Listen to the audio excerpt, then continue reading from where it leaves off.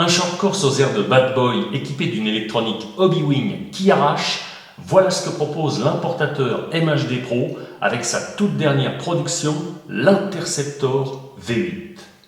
Carrosserie taillée à la serpe, moteur et cache culbuteur apparent, l'Interceptor V8 annonce tout de suite la couleur. Proposer une voiture radiocommandée réaliste au look vintage et bad boy sans pour autant sacrifier les performances. Cette nouvelle auto est disponible avec deux variantes de carrosserie.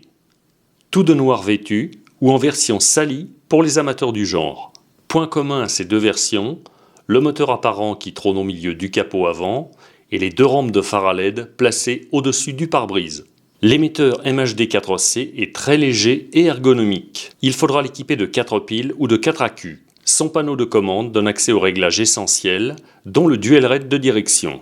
L'Interceptor V8 MHD Pro met en évidence une mécanique RTR pourvue d'une transmission intégrale. Cette auto située dans la catégorie Short Course est livrée sans accu ni chargeur. Son châssis en 3 parties fait appel à une structure baignoire à bord relevé en fibre composite. Ses extrémités reçoivent à leur tour des platines en aluminium anodisé qui supportent les cellules avant et arrière. L'aspect incurvé du châssis a permis de gagner en garde au sol. De quoi élever l'Interceptor V8 à près de 7 cm en position haute. Côté pile, le châssis accueille la partie électronique. Le cœur de l'alimentation est signé Hobby-Wing. La pièce maîtresse de l'auto est constituée d'un moteur brushless 4 pôles de 2500 kV fixé en position longitudinale.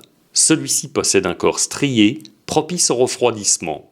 Il est accouplé à un contrôleur étanche de 50 A, l'alimentation pouvant être confiée au choix à un accu LiPo 2 ou 3S. L'accu viendra se loger dans le compartiment prévu à cet effet sur le côté gauche du châssis. Deux velcro classiques veillent à la fixation du pack. Un cerveau de 6 kg de couple vient prendre place à la direction. Il revendique également le label étanche et reçoit un pignon plastique en sortie. La finition demeure le maître mot de cette nouvelle production. À ce titre, le pignon moteur et la couronne centrale sont protégés par un carter transparent. Tout juste 2 clips à enlever et vous accédez déjà à la pignonnerie. La couronne principale est rattachée à un arbre rigide. L'énorme écrou intervient sur le réglage du slipper. Dispositif qui permet d'adoucir les réactions de l'auto à l'accélération.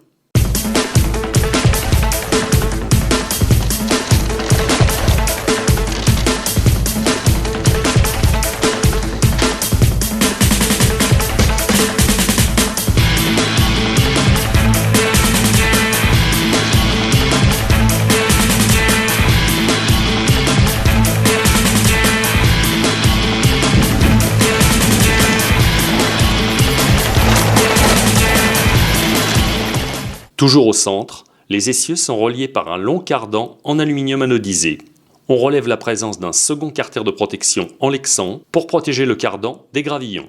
L'Interceptor V8 MHD Pro a misé sinon sur la fiabilité. À cet effet, tous les bras inférieurs de l'auto reçoivent des barres de renfort de 3 mm en aluminium anodisé rouge.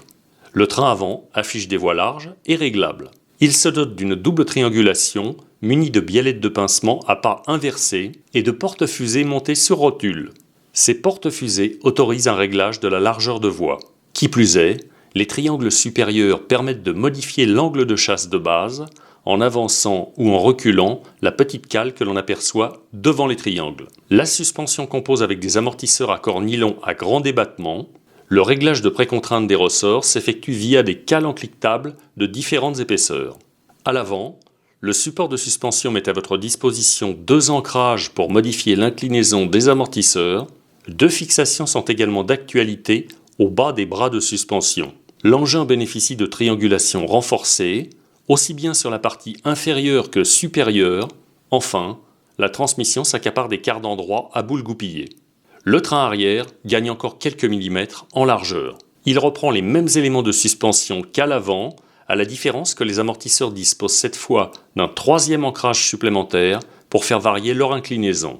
L'épure arrière reprend des quarts d'endroit à boule goupillée et des tirants à pas inversés montés sur rotule, avec des porte-fusées qui autorisent 3 variantes de prise de carrossage des roues à l'enfoncement. Encore un dernier mot à propos des pneumatiques de l'auto. Il s'agit de pneus à pavé à usage mixte de 11 cm de diamètre.